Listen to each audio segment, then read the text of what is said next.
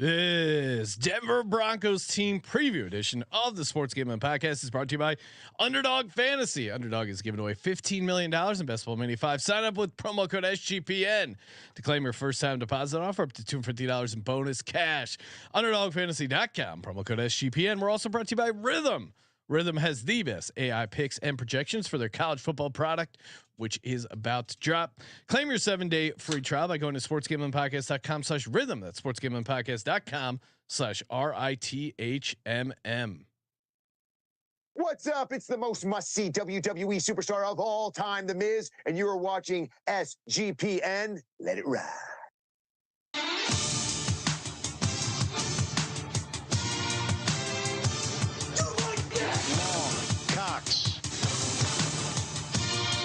He's one of those guys who will get penetration.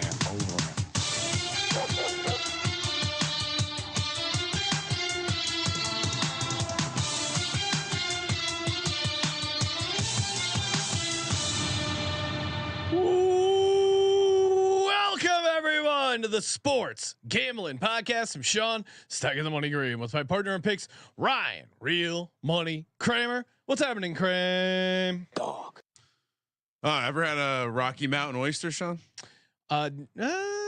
Maybe. Really? I'm trying to remember. I probably had one as a kid. My dad probably made me try one, but I don't remember the last time I had a Rocky Mountain oyster. I've not. I've never. Really? Had. I've never. Yeah. It is. They are fried bull balls. So again, the Rocky Mountain oyster. Yeah. I'm sure they're. I bet if you ate one and you didn't know what it was, it's probably tasty. But I think the fact that you're eating bull's balls, I think would just ruin the experience. If you looked at an animal and said that's the part of the body that looks the tastiest, I don't know. I like that. Well, but also I don't look at a cow and be like, oh man, just imagine cutting off a big chunk of that. And I like to detach from the process. I don't want to know how the steak is made. Just have it show up, and I'm jumping in. Fruit and vegetables look the best in person. Ryan, I'm not gonna let you push your soy agenda here. We're talking NFL football Hall of Fame game. I mean, this is the last Monday you have to wake up and know that there's no professional real football. There's no NFL. You don't have to have that experience anymore from now until mid-February. Waking up on a Monday morning, you got your cup of coffee, going to work, doing whatever. But now you at least that carrot is set on the stick. We are the NFL donkeys just chasing after it. I'm excited. It's Dominic the Donkey. Yeah, maybe a good idea. Everyone just pause the podcast for a second and go put a calendar reminder for Valentine's Day in January sometime, just so you don't forget. Yeah, I don't know. It does seem like we're about to get on the train. That's not going to stop for a while. Shout out to Kyle in the chat checking in. Sean, in about 25 minutes, Canada will have another gold medal. Oh, no. You've been following.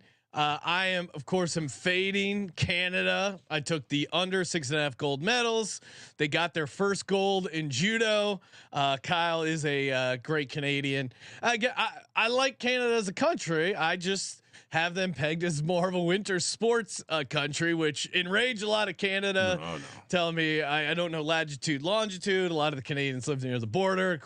We're not all Eskimos. Yeah, but you are as a nation better at winter sports than summer sports. I'm holding strong on my under 6.5 gold medals.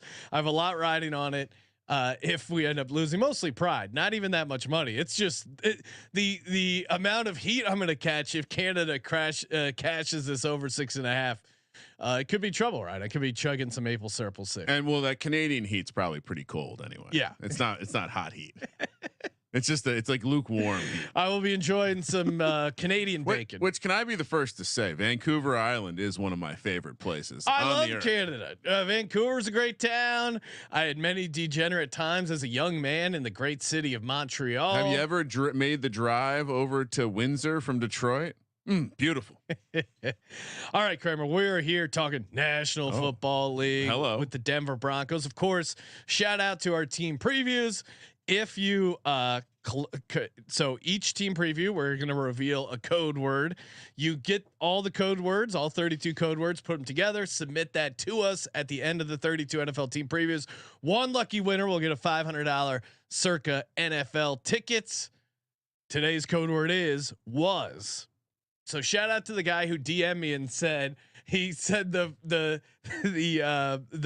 first code word and said, "Give me that $500 Titans." That's good. He's ticket. He's kind of paying attention. No, but he said he knew there was 31 more to go. He was just super excited, and he's a Titans fan. I think we're drawing people in with our Titans excitement right now. Well, we have to be careful because if the Titans fan has been listening long enough, they might also have salty memories of us when we originated the Tighten Up campaign. Yeah, if you remember, before the team used that hashtag, we used that hashtag. Well, yeah, we had a time where we were fading the Titans because they had a bunch of expectations, but then Titans have been good to me. I was riding the Titans on a money line dog when they knocked off the Ravens. You're looking at a guy who had a dark horse ticket on Ryan Tannehill to win MVP last year. I think Mike Vrabel historically was a pretty good coach, ATS and straight up. We'll see what the new Titans regime is. As we look forward, we might be too excited about the Titans. We might be tightening up this year. We'll see, right? But let's talk. We're here to talk the Denver Broncos. Win total 8.5 last year. They went under. We both had them going under. So nice little cash there. They were 8-9. Win total sits at 8.5. It was 8.5 last year. They had a turnover margin of -10. Maybe that regresses back a little bit. DVOA defensively was 30th. I think that was a bit deceiving because certainly with the Titans, it was. I mean, certainly with the Broncos, like they had some really, really bad games, right? But I think they closed it strong, and I think Sean Payton's bringing in who he wants. They're kind of turning the page.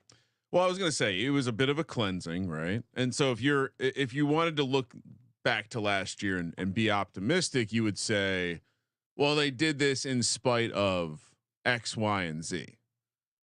Maybe it's a Russell Wilson situation. Maybe it's an injury and just, cutting good defensive players as they came into the season. Maybe those would be the crutches you would use. But then the counter to that would be, well, that it was the coach's decision to do all of these things, to try to destroy Russell Wilson by not giving him optimal game plans because you wanted him to take a pay cut, cutting guys that you didn't feel like fit your mold. We have to be very careful here. Sean Payton's a Parcells guy, which isn't too far off of being a Belichick guy. And systems work when they work, but when they don't work, will they work? I mean, that was a shout out to politics. It's smoking my weed. One, and who can? I mean, he's out there. He took the big money from the Walmart family. He is ripping. He's hitting. Do we have that video, Ryan? The bomb rip, the bong rip. I'm sure we can dig it up as we go here. But there's a number of reasons to say, okay, if you're just going to broadly make the assumption that Sean Payton is the man as a coach, yes, and every decision he made last year was the correct one, and now we're going to take a massive step into the future. That's the optimistic view, I think. The pessimistic view is that he made a bunch of decisions last year. I think his team, you could argue they had some luck, some positive luck. But really it was about like your optimism comes from, well, obviously the offense is going to be better and we expect the defense to regress. I think the defense will be better this year. They brought in a defensive back head coach that Sean Payton really wanted a part of the team. I think just the cohesion of Sean Payton being the head coach for the second year. To me, it starts with Sean Payton's been in the NFL for 16 seasons. Ryan, what is his worst record in the NFL? 6-10. 7-9. Okay. So even in down years, even in a lot of ways, last year was kind of a disaster year with Russell Wilson, with him trying to play Russell Wilson out of the game. And they still got to 8-9. Yeah, maybe the defense played some bad quarterbacks. Maybe they did get lucky on some stuff, but they were still -10 in turnover differential, which usually that breaks back the other way. To me, why I'm optimistic on this Denver Broncos team and ahead of the market starts with the offensive line. I think they spent a lot of money on the offensive line. They've put in draft capital. You look at their position ranks on our NFL sheet available for patrons. Their offensive line is their best unit according to market. Coming in at number 11, receiver, tight end 26, running back 26, quarterback 29. Running back, I don't know if I would have it as low as 26. That to me feels you're optimistically projecting. That's all it is. You like the little guy. You think Javonte Williams maybe is the year after the year removed. Well, from the I guess ACL. yeah. I mean, some of it is I do like Jaleel McLaughlin. I think Sean Payton likes Jaleel McLaughlin. I was listening to a beat reporter talk about how they're going to use him in that Alvin Kamara role. But he's not Alvin Kamara. Alvin Kamara is like he's a bell cow. He can take a hit. His balance is what his like. I like McLaughlin too. I just think we have to pump the brakes. There's a lot of every optimistic take I've heard on the Broncos is projecting a lot from some of these players. Like you said, the running back ranking feels low because I like Samaje Perine as maybe more than the next guy, but I also and see what they have. To me, if Javonte Williams. Now, again, this is early. This is camp reports, but there's a lot of buzz about.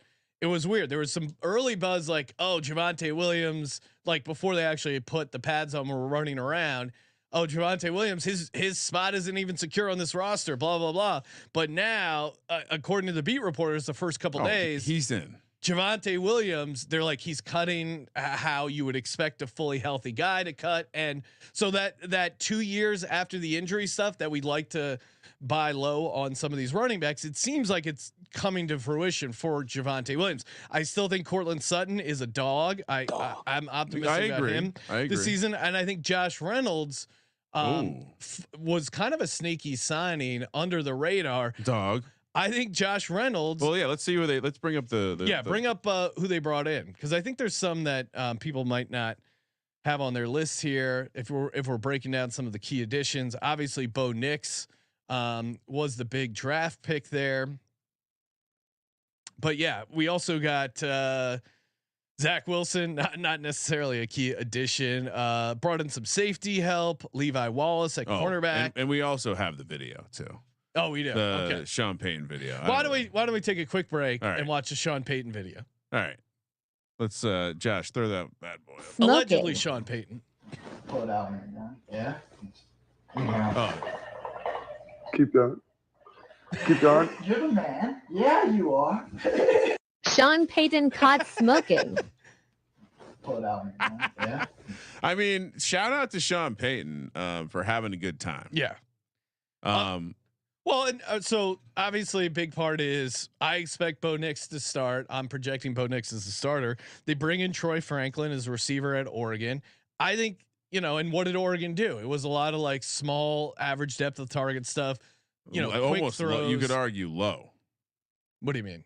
You said average. I'd say low. I said stuff. Okay, low ADOT stuff, quick passes near the line of scrimmage, and I think that's kind of the offense that the Denver Broncos are going to run. I think Drew Brees, what was he really good at?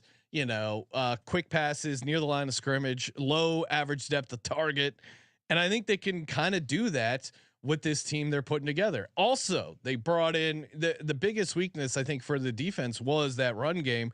Really had trouble slowing down the run, and I mean, look at that Miami game where Miami hung 70 on them.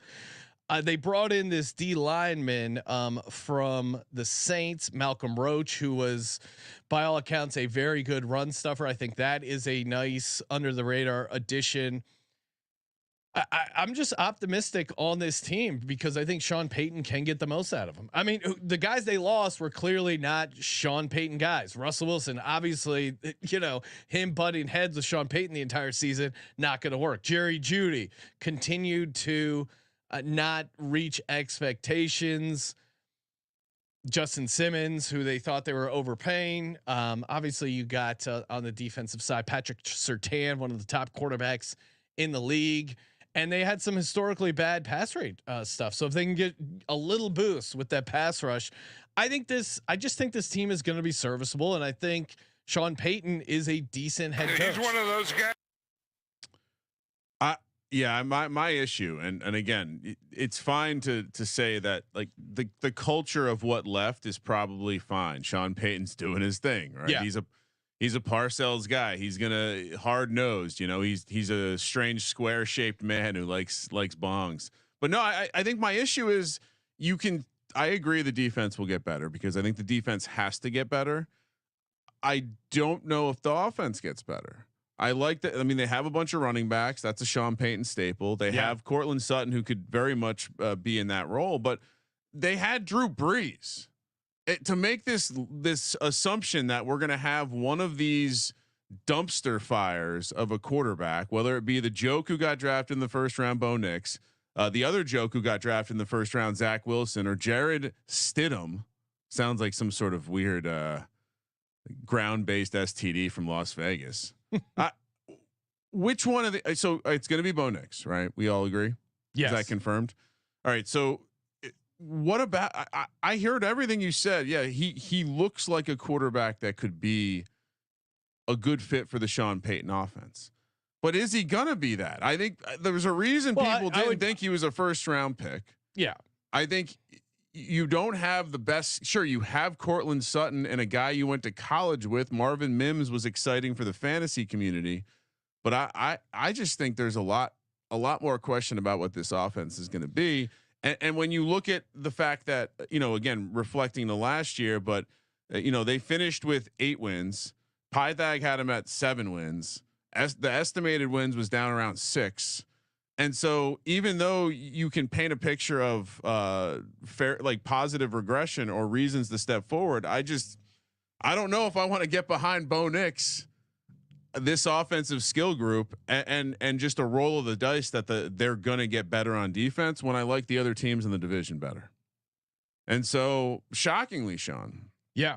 I thought I was going to be positive on this team. I'm super positive on them, and I think you're forgetting, Ryan, about some of the quarterbacks that Sean Payton won games with. Everyone. It's easy to say, "Oh, it was just Drew Brees," and he did have a good run with Drew Brees. But let's go back to the 2021 New Orleans Saints. He went 9-8 with Trevor Siemian starting 4 games, Jameis Winston starting 7 games, Taysom Hill starting 5 games, and Ian Book starting a game. So I think there's a world where he can get the most out of his quarterbacks. I agree. I just don't like any of these quarterbacks. Zach Wilson being on the roster is frightening. How many times do we have to see it? All right, let's hop into the schedule. Before we do, go to underdogfantasy.com. Use the promo code SGPN. Get you a deposit match up to $250 in bonus cash. They got the pick'em special. You can do the pick 8. You can win up to 325x. You can do the pick 11. If you can get through that gauntlet, you can win up to 1000x. Of course, Best Ball Mania, aka the best and only way to play fantasy football.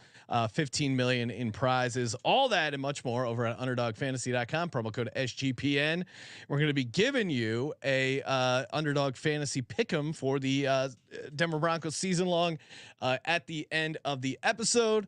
But hey, while you're getting in on Underdog Fantasy, why not also sign up for Odds Jam, your one-stop shop for beating the sports books. Odds Jam uses millions of data points across every U.S. and Canadian sports book. Shout out to Canada, of course. Oh, Canada, we love our beaver. They got an awesome line shopping tool. If you're betting a lot, why would you bet bad prices? And it's not just DraftKings and FanDuel. They even have Bet Online. They're scraping Bovada. They have the arbitrage tool where, hey, you just bet both sides and you guarantee a profit. Integrated with, not scraping.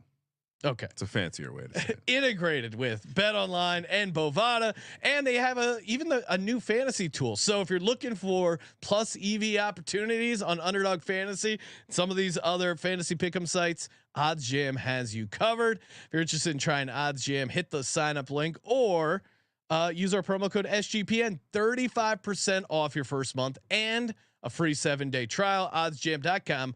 Promo code SGPN. Anything else you'd like to add about this team? No, I think I'm high on this Broncos team. I think 7-9 is their floor. But your optimism is purely yes, you're fine with the quarterbacks, but it's really just a Sean Payton bet on, right? Yeah, okay. I'm not looking at Bo Nix and thinking he's the greatest quarterback of all time. Their win total odds are set at 5.5. Make playoffs plus 760. Miss playoffs minus 1400. Division 20-1. Conference 75-1. Super Bowl 250-1. Let's go, Craig. All right. So let's bring up the schedule. First four, and again, a couple notes about the schedule. Projected 8th hardest, which isn't great when you're not. Their a good schedule team, is tough. Generally, bad teams have harder strength of schedule because they're playing better teams in their division. Although that would be a positive argument, their division has some other bad teams in it potentially. The net rest not positive. They have one of the worst rest disadvantages on the season. Cleve TA had like an interesting nugget about how net rest edge, if it is really bad, this is, and I don't know how this works. 58% of teams since 2000 with a similar minus 17 or worse net rest have gone over their win total. So maybe it is factored in their 5.5 win total. He says, in fact, of the 7 teams with that large of a rest disadvantage and a win total of less than 9, 6 went over their win total. Kind of crazy. So what does that tell you? Just basically the market accounts for it too much already. Yeah, the market maybe is baking it in too much. And I think in general, rest advantage and disadvantage is a better ingredient for like a single game handicap than it is on the season. True. Because I think there's certain and net rest edge. It could be could just be a couple bad spots. This could be 2 games. Yeah, and that's why we go through the schedule. Yeah, just focus on the 2 games. All right, first 4. I feel like we're now so 2 teams in, and both teams had 3 road games in their first 4 at Seattle. Not exactly the easiest road trip.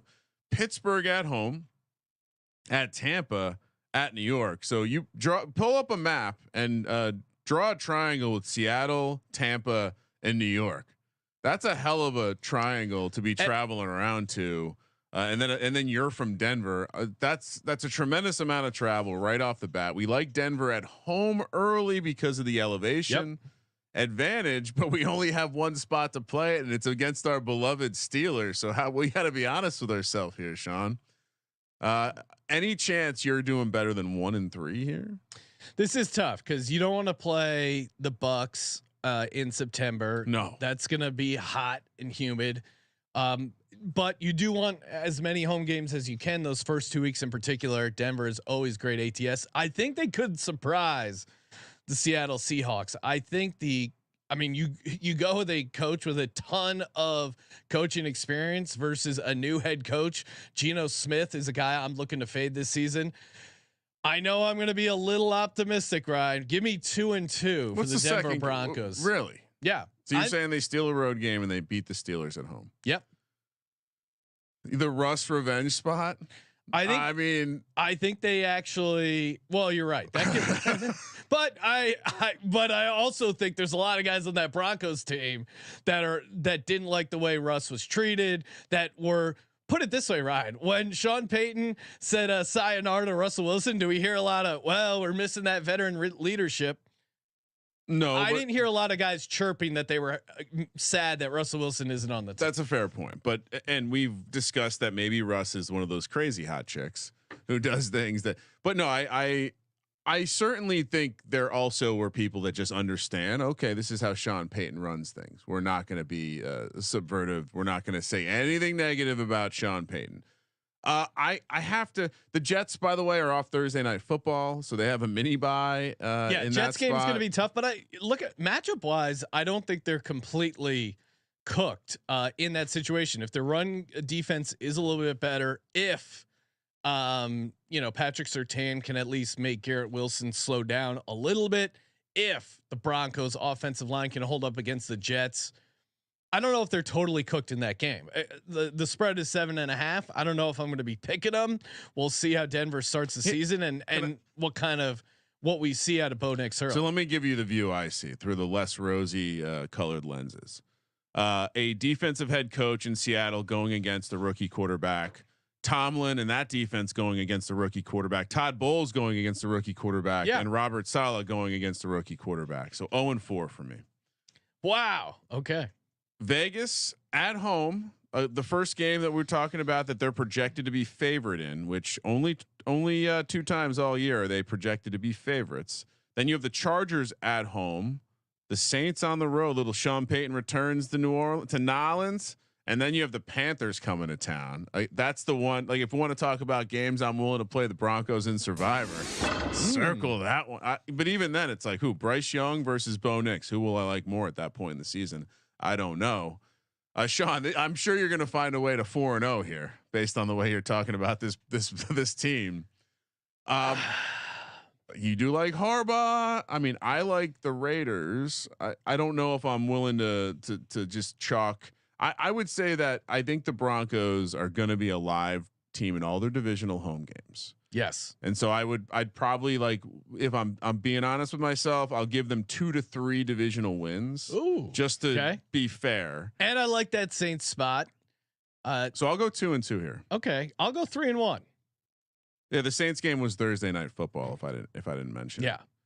And again, flipping. So that was 3 home games out of 4. Next 4, starting with week 9 at Baltimore, at Kansas City. That is a brutal stretch. Then you have Atlanta at home, at Las Vegas. Another very much resembles the Patriots schedule with these chunks of 3 out of 4 road games.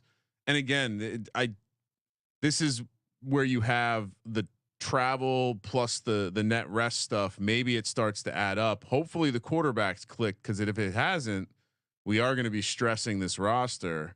What's Sean Payton going to do if things don't go well? I don't see how. It's tough for me to get to a plate. Like 1-3 feels optimistic here, and so I do like him at home against the Falcons, because I think you put that Michael Penix versus you put that dome team outside in elevation. Yeah. I think there's a big coaching mismatch or coaching advantage for the Broncos. So you're saying 1-3 is optimistic? They're dogs of 3 or more in all 4 of the games, and so I would say that their expected wins there is probably less than 1. So being 1-3 would be optimistic in my mind. Yeah, I mean, in Vegas that could be tough for them.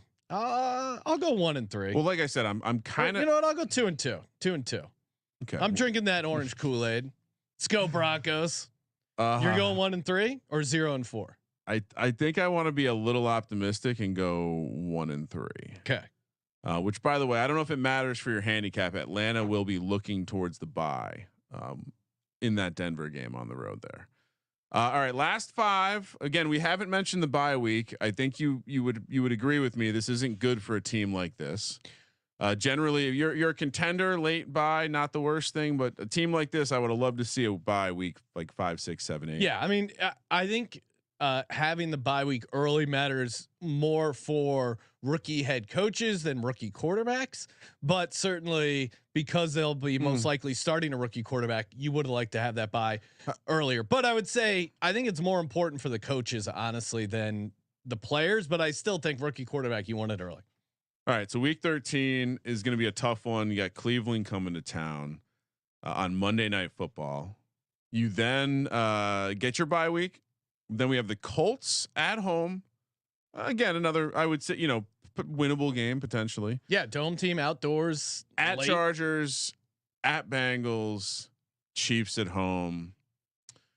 I said I was going to make them 2-4 or 3-3 in their division. I've already given them a couple division wins. The Chiefs might not need that one, if we're being real. Yeah, and although the only having one bye does make like the idea that you're going to rest starters. Well, but take that back, because it also increases your chances you're going to be locked in your position and you'll have nothing to play for. So I just corrected myself, because I do think there's a world, you're right, where they're sitting guys. I think they get to 2 wins. I think they win.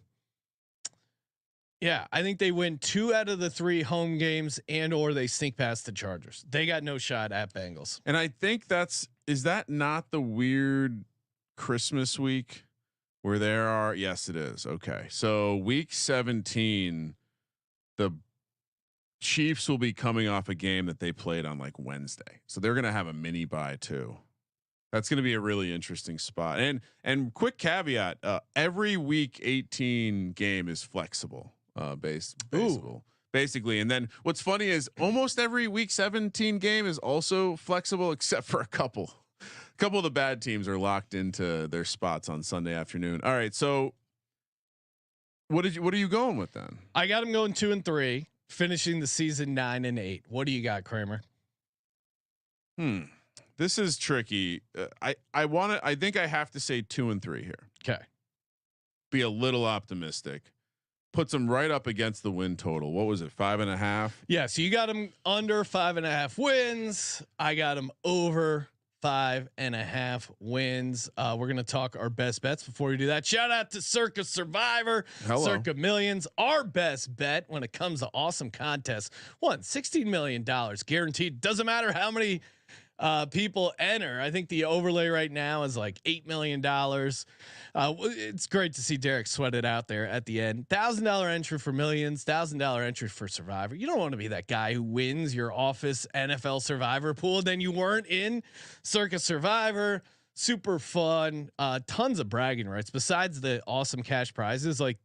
And the pick'em contest Millions is great too, because there's a bunch of great quarterly prizes. So if you have a horrible start to your season, you're 8-12 in the first quarter, you're like, oh, I'm not going to win any. Who gives a shit? No, the quarterly prizes are like a couple $100,000. So you reset every quarter. So you're going to be in it the entire season.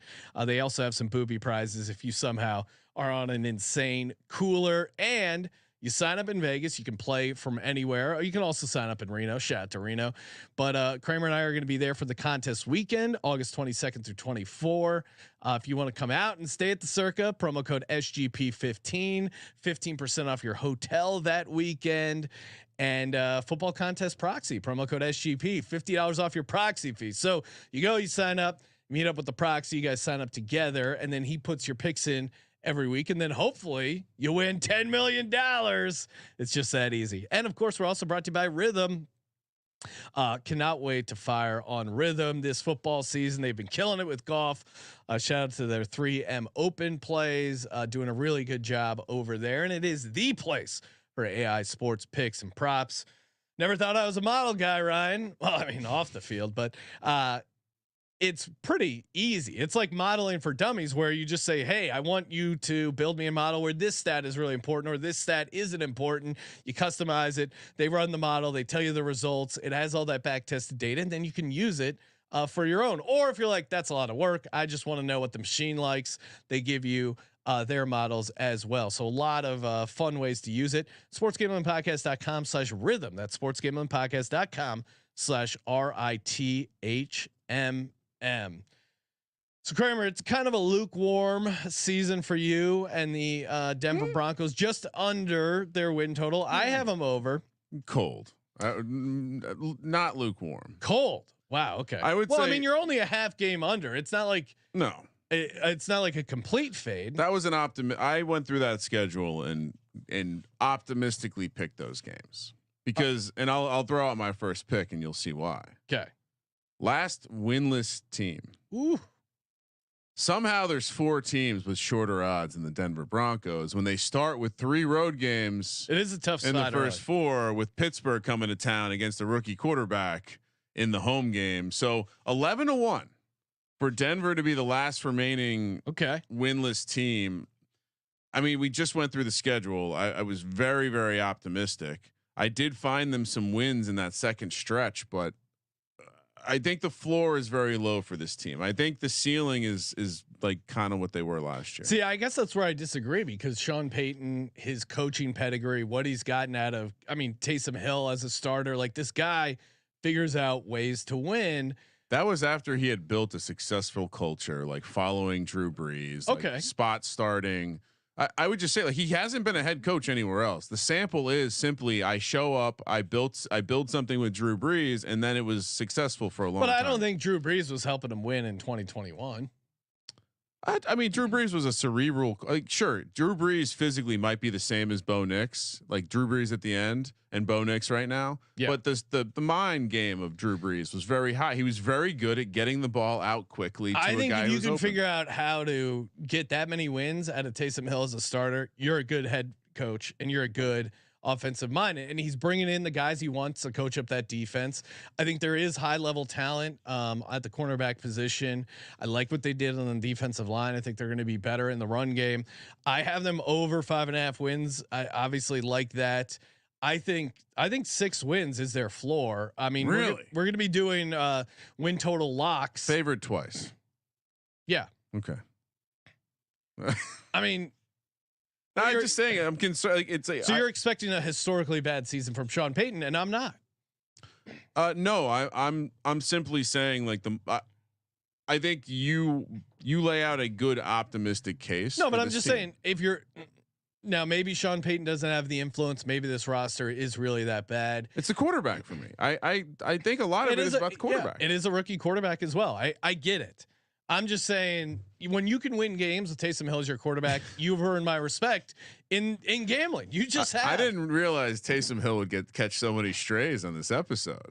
No, but he's not Tim Tebow. Come on. Are you talking about tight end Taysom Hill or?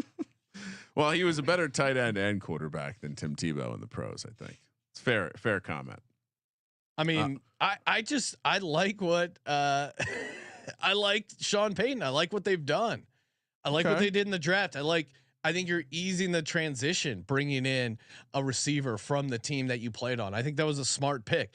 I think Sean Payton is a guy. He went all in on Bo Nix. He's kind of staking his reputation on the line with Bo Nix, and I like that confidence. Maybe he'll be irrational. And I would say what separates this from other situations. Other teams that are going to be starting a rookie quarterback, like we just did our Patriots team preview. Shout out to Capper.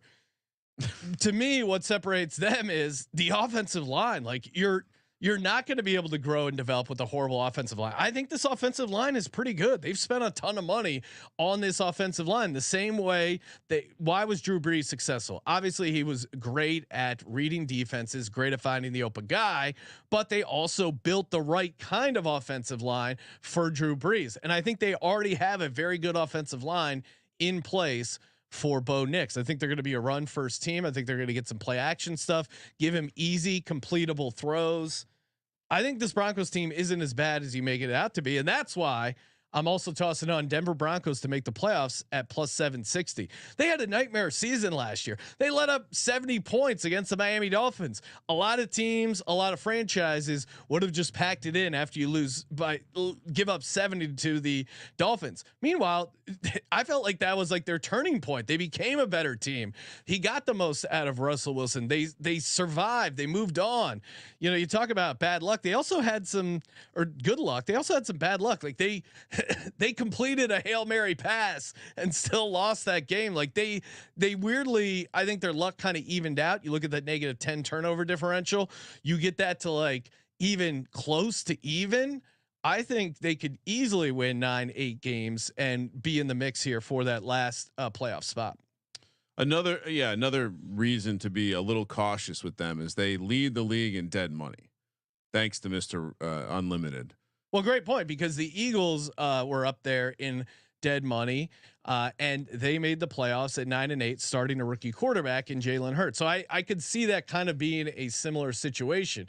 The Eagles were recovering off the Carson Wentz thing. They brought in Jalen Hurts, a guy that they had a scheme fit for. It's a bit of an good offensive line. I'm just saying, I think there actually are some similarities between that Eagles 9-8 team that squeaked into the playoffs, got murdered by the Tampa Bay Bucks and Tom Brady.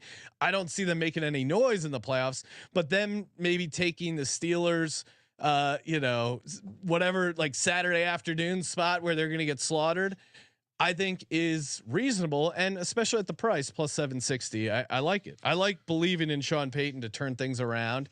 And I think they're going to be a decent team. I don't think they're going to be awesome. I don't think they're going to be amazing, but I'm certainly much higher than the market on the Denver Broncos. Are you going to play them in the division market at all? The 1-2 maybe with the pair them with the Chiefs. I don't know. What does that pay? The division exacta. If you go Chiefs, Broncos plus 550. Yeah. So you'd rather just play the playoffs. Yeah. Cause I think that's probably, and that's right. such a weird window you got to thread too. Like they, I mean, what if the Chargers are 10-7, Broncos 9-8 or something like that? Or yeah, maybe they get second place and Chiefs get first, but I don't know. I'd rather just take playoffs at plus 7. Is there yeah, I guess what else are you playing? Because typically when you're hot, when you see a ceiling case for a bad team, you hunt for other areas like awards markets maybe. But with this team, it's so hard to pinpoint a single play.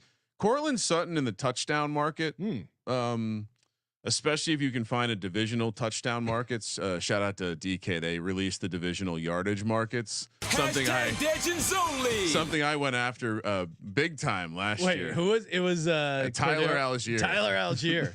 It was a fun sweat. You were right in spirit that someone else that Arthur Smith is going to enrage fantasy owners by not using Bijan Robinson to his max. So while that bet didn't come home, the spirit of it certainly was correct. I do like a small sprinkle on offensive rookie of the year, Bo Nix, because what's that price? 16-1. That actually, as someone who's not high on the Broncos, if I was going to play, if the Broncos have a great year, to me, like my whole case against was the quarterback position. So if they have a great year, it has to be because Bo Nix is good. And if a quarterback looks good in a Sean Payton system, it's going to be a lot of counting stats. Think about some of the records that Drew Brees was able to break. I'll have to think about it. I almost think that's a good way for me to play insurance on the Broncos. Yeah, because if I think the Broncos make the playoffs, and I certainly do like the case at plus 760, if you send a rookie quarterback to the playoffs, you almost lock up offensive rookie of the year. I don't know off the top of my head if it's ever happened where a guy who started the majority of the games. Look at CJ Stroud. Now I'm not. If two get that's how it happens. Yeah, if Caleb Williams and he goes, certainly, and to me it's at least some sort of other. Obviously, I do believe Caleb Williams is the favorite for a reason. I don't think Jaden Daniels has a chance to start every game and make the playoffs. I don't think Drake May has a chance to start every game and make the playoffs. I don't think Michael Penix has a reasonable shot to start every game and make the playoffs. Now maybe Michael Penix, something crazy happens. There's a chance late. So to me, Bo Nix is the other guy I want a small play on at 16-1 here. And I do like his, if we're going to get to the underdog play, Bo Nix higher 28.50.5 passing yards. This probably to me is one of my favorite ones. Cause I think they're going to start him all 17 games barring injury. This is a very reasonable number to cross. I mean, Bryce Young played 16 games, horrific, and he still got over this. So horrific. I mean, how else would you describe that season? He played 16 games. He was really bad. He still got to 28.77. Now, in general, yes, auto unders, sure, but for the underdog play, Bo Nix higher 28.50.5 passing yards. Kramer, what's your underdog season long play? I thought I was going to come in here and try to find something to go under or to go lower, and but I didn't. Javonte Williams' number is ridiculous. I don't know if you looked at any of his numbers, but last year, Sean, how many yards did Javonte Williams rush for? He started 13 games. He had 217 carries. I'm going to say 900 yards. 774 yards. Yeah. 3.6 yards per attempt, right? The year after the injury, not efficient at all. But I think he could get up to like 4.6. It's 625.5 this year. Yeah, that's a mistake. Yeah, if he's gonna be the guy, you know what it is? This is the fantasy community wanting some new guy to show up, so they are spreading all these rumors. Hey, they might cut him. Why would they ever cut a guy on a rookie contract? No team is ever going to cut a guy on a rookie contract. No, it does not make sense to do so. Yeah, you're right. Stupid. You fantasy fucking nerds. Especially like a cheap running back. This is what you do in the NFL. You get cheap running backs. So I mean, I feel like we talked about this on a best ball, stream, but the Javonte Williams is going very late in fantasies. So yeah, my Broncos play is actually going to be higher on Javonte Williams. The 625.5 rushing yards seems wrong because I think if one thing I would project in Sean Payton's offense, he has, and we didn't mention it, but drafting the Notre Dame running back as well, he has this stable of running backs for a reason. He likes to use 3 running backs. Yeah, it's just he's gonna use them a lot, and I think Javonte Williams is going to be the best of them. And if we see a little step forward on the efficiency, this is going to be an easy cash. So yeah, let's go. So far I like this. I can't wait till the end when I put together my divisional underdog plays. Yeah, we're gonna do one like combined 4-pick division underdog play for the season long. That should be fun. Ryan, before we go though, coach of the year market. I saw a question in the chat. If I'm high on Sean Payton, do I also like him for coach of the year? No. I don't think so, because again, the Broncos won 8 games last year. Do I think if he gets Bo Nix and this team into the playoffs, does he deserve coach of the year? Sure. But I think they still might only win like 9, top case scenario, 10 games. And you have to win 4 or 5 more. And that market is really crowded, and the price you're getting, I don't think justifies it. And Sean Payton is a guy like these veteran coaches who I don't know. Has he ever won coach of the year? Yes. Okay. Yeah. I believe so. Again, if you've already won it, it's hard to win it again. And his price. Yeah. 2007. Yeah. He is 30-1, but I don't know. I would just rather take a rookie of the year and make playoffs. All right. So I here's the question. Yeah. Cause I think, because I could see almost a D'Amico Ryans Texans situation last year where maybe he should have gotten the coach of the year. There's some sort of outlier. There's a team that wins 4 or more games than the previous year. I think getting edged out by them. He's just too established of a guy, I think, to really be in the mix for coach of the year. All right. So 2019, Michael Thomas wins the offensive player of the year. Yeah. Cortland Sutton. So I wanted to ask you, is Cortland Sutton to have the most receiving touchdowns is 50-1. Okay. Cortland Sutton to win the offensive player of the year is 80-1. I think to me it's the touchdown. It's a touchdown play. I think with the system though, he will get in theory, if he is going to be running the Michael Thomas role, he's going to get a lot of looks.